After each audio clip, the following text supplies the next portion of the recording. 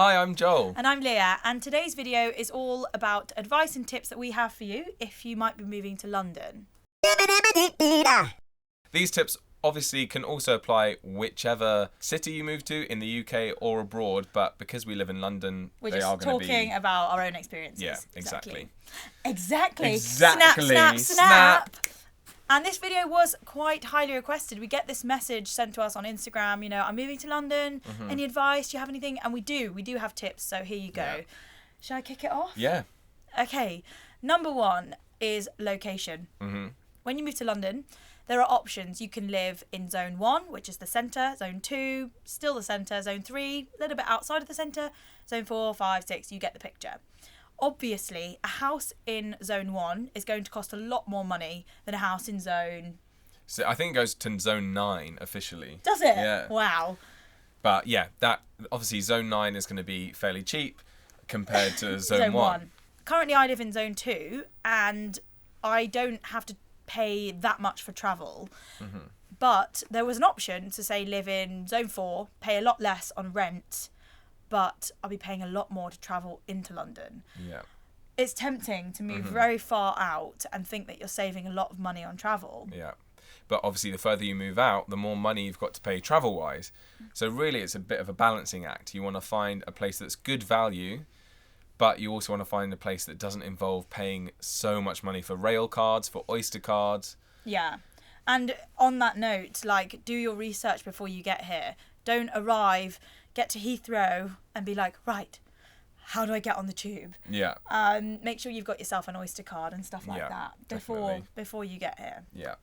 And my bit of advice for location is also about understanding the vibe of different areas of London. Obviously, that's quite hard to do if you haven't already moved here. Yeah. But just do a bit of research because, for example, East London has the stereotype, which is kind of true, of it being very trendy and very hipster and quite arty and cool. Whereas, for example, Southwest London is very green and leafy, lots of families and dogs, that sort of thing. So London isn't the same wherever you go. They do have different vibes whether you're north, south, east or west. So do a bit of research if you can. Check out the neighbourhoods, see if there's stuff going on, see if you want to live near party areas or if you want a more quiet life. Yeah, definitely.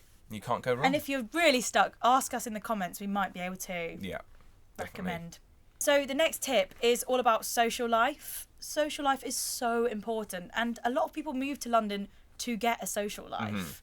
It's so easy to sort of get into a routine in life where you go to work, you come home, you eat your dinner, you go to bed.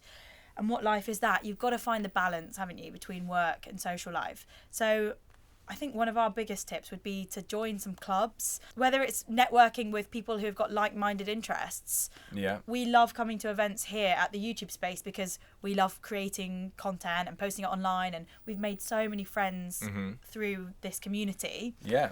Whatever you're interested in, even if it's with learning a new skill. So you could do self-defense classes and meet other people there that are interested in that. Or you could do pottery classes if you're interested in making things out of clay or whatever it is. You could learn a new skill at the same time as making new friends, which I think is quite a good way to do it. Yeah, and if you don't want to do that alone, you could do what me and my housemates do, which is like Social Sunday or Cultural Sunday, where we make sure that every Sunday we all leave the day free and we go to a museum or we go and watch a film or just something, just get out the house and just do fun stuff. That's nice. And especially you'll understand once you've moved to London, you suddenly don't do anything. You're like, I'm in this amazing city and I don't do any of these touristy things. Yeah. And you can just get into the trap of just, staying at home or just going out for food or going to the same place every single weekend. Yeah. It's so nice to be like, actually, I'm going to do something cultural. I'm going to go to a museum or a gallery or a theatre. Exactly. Yeah. This weekend we went to the Natural History Museum. Next weekend there's an amazing exhibition going on at the Barbican. Just get out the house.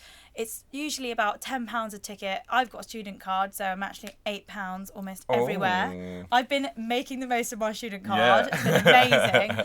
And I just think that is so important. Yeah. Even if you're just going to the pub with friends, talk to new people. Yeah, definitely. I think this leads on to our next point, actually.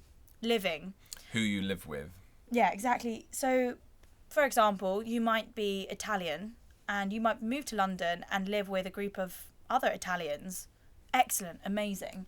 But how often are you going to be speaking English if you're only hanging out with your Italian friends? Yeah. Not that much.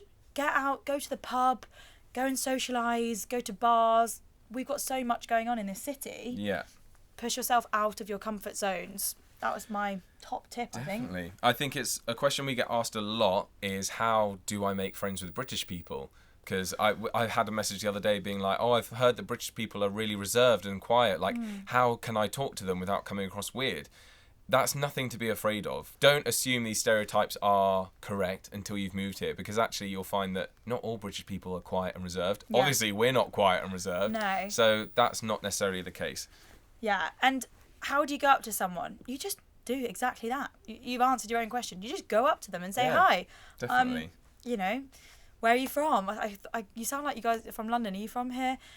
Chat, see what happens. Definitely, and just pick your housemates carefully. Yeah. As well. Make sure you're getting the vibe between not being too comfortable. So like Leah said, if you're Italian, try not to live with all Italians. Find someone English or French or Spanish that you can live with. But at the same time, you want to make sure that you are comfortable where you are, because you're not going to want to have to move after 3-4 months. And one other tip. Say you're moving to London and you've got a 9-to-5 job and you're finding it really hard to make time after work for extra I want to call it extracurricular, but it's not, just social life things. Try and have a miracle morning. Miracle morning is everything you achieve before 8 a.m.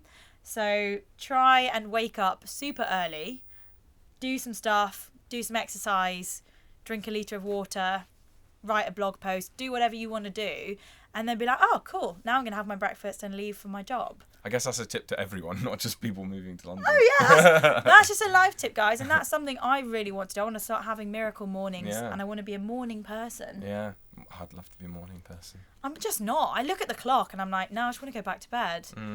Or I look at it and just say no out loud. I'm like, no.